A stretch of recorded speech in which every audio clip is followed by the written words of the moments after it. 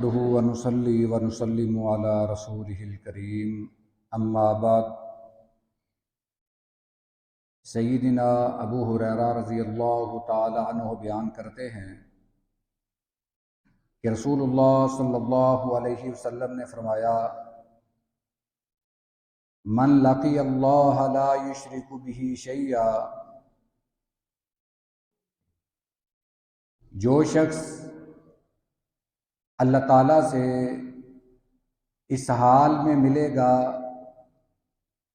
کہ اس نے زندگی بھر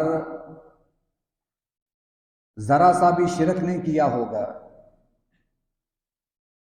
وَأَدَّى زَكَاةَ مَالِهِ طَيِّبَةً بِهَا نَفْسُهُ مُحْتَسِبًا، اور اس کا مال نصاب کو پہنچتا تو اس کی وہ زکوٰۃ بھی ادا کرتا رہا، وَسَمِعَ وَأَطَاعَ فَلَهُ الْجَنَّةُ، دین کی اس نے جو بھی بات سنی اس پر عمل بھی کیا۔ آپ نے فرمایا کہ جو اس حال میں اللہ سے ملے گا وہ جنتی ہے، وہ جنت میں جائے گا۔ پھر آپ نے فرمایا وَخَمْسٌ لَيْسَ لَهُنَّ كَفَّارَةٌ، 5 گناہ ایسے ہیں جن کا کوئی کفارہ نہیں ہے، یعنی وہ ایسے گناہ ہیں سوائے توبہ کے اور معافی کے وہ معاف نہیں ہوں گے۔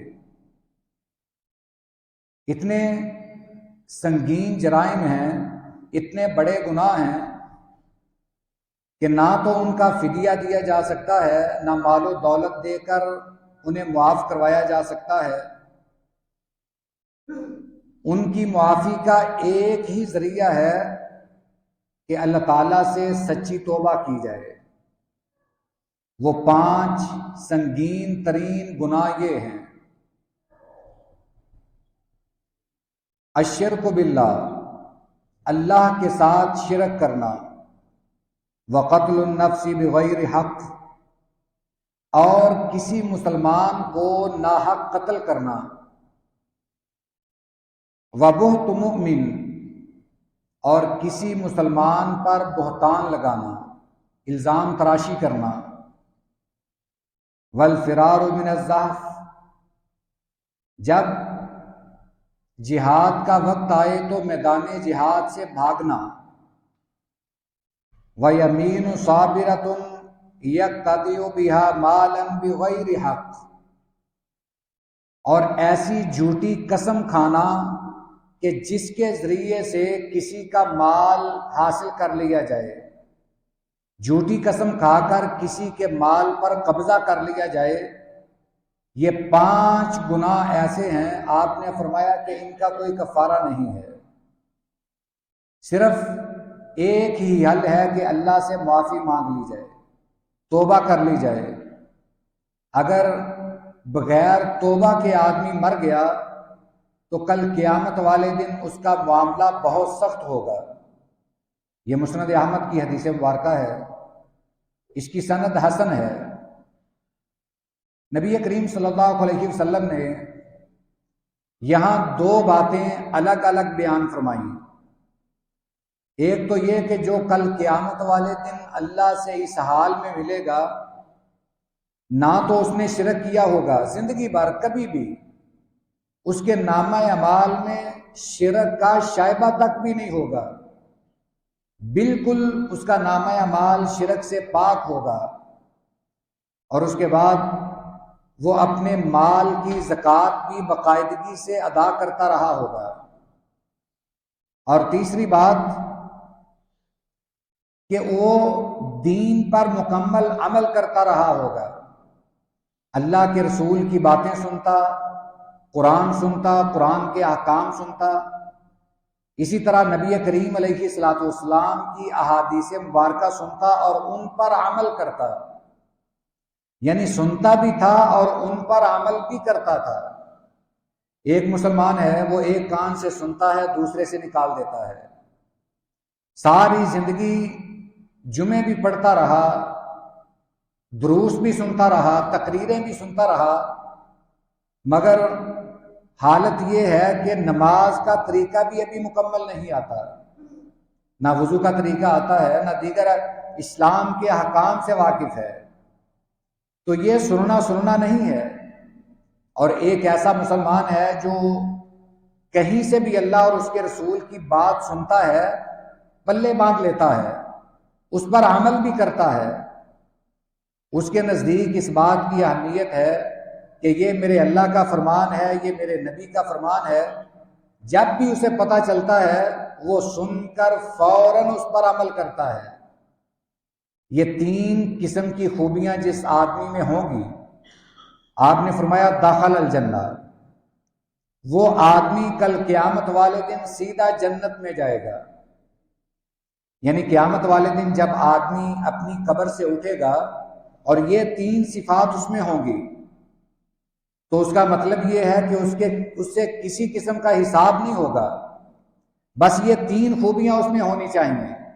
ایک تو شرک سے بری، دوسرا وہ اپنے مال کی زکوٰۃ ادا کرتا رہا ہو، اور تیسرا اپنے دین پر مکمل عمل کرتا رہا ہو۔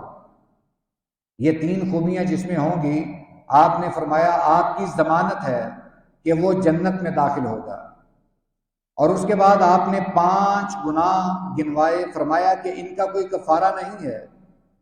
بعض گناہ ایسے ہیں جن کے بارے میں آتا ہے کہ اگر آدمی 10 مسکینوں کو کھانا کھلا دے، 10 مسکینوں کو لباس پہنا دے، یا 3 روزے رکھ لے، یا اتنے روزے رکھ لے، غلام آزاد کر دے، اس گناہ کا کفارہ یہ ہے، یہ کر لے تو اس کا گناہ معاف ہوگا۔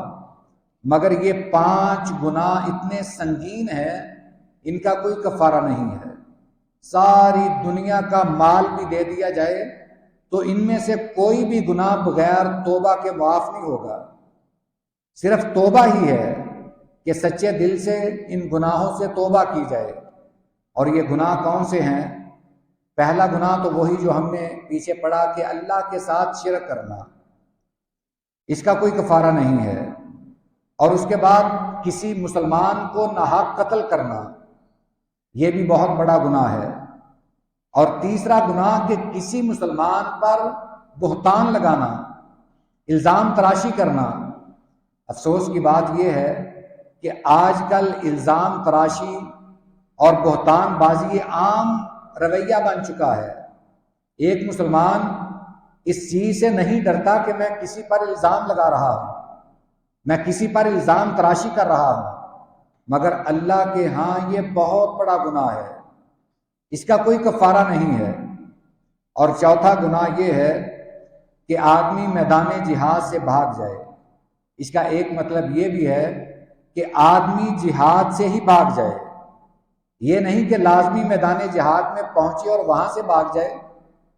جب جہاد کا اعلان ہو، جہاد کا موقع آئے، تو آدمی وہیں سے پیچھے ہٹ جائے کہ میں جہاد نہیں کروں گا، میرا مال بھی ضائع ہوگا، میری جان بھی ضائع ہوگی، میں جہاد نہیں کروں گا، یعنی جہاد کا انکار کرنے والا۔